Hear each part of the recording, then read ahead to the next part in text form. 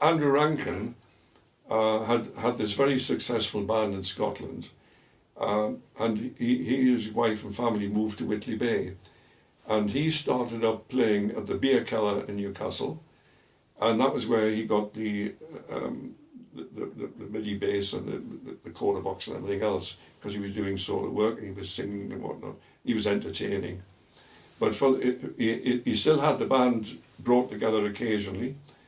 And that was the band that I joined, and travelled various places across the country playing with him.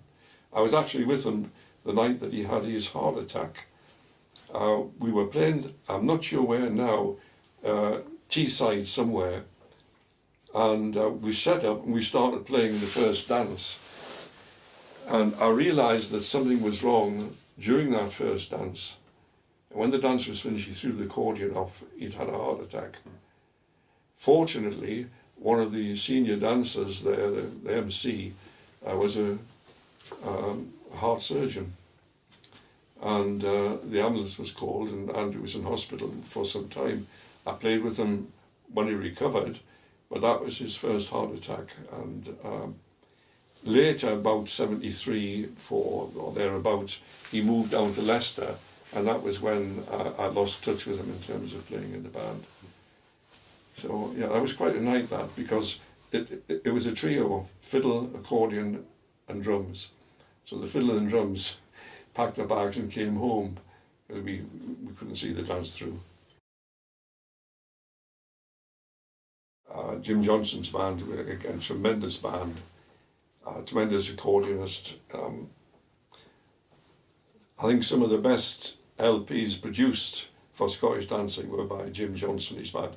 And Jim had a bass guitarist. Did you ever play with him or encounter him? I played with him on one occasion. Jimmy Shanders said, would I bring the fiddle up and sit in one night for a dance? And I got there with the fiddle. And Jimmy wasn't there, he was ill. And Jim Johnstone was leading the band that night. And Jim said, oh, I'd like you to sit in. And I sat alongside Angus Fitcher for the whole night and played. That was the only time I played with Jim Johnstone, but I heard his band a lot of times, because he had various very, very good fiddlers playing for him. And, you know, I'm down here, these bands are in Scotland. Transport was difficult and whatnot. But the Danelaw band was an excellent band. The Cairn was a kind of beginning, and we learned a lot there. I learned a lot about ourselves, I think, as much as anything.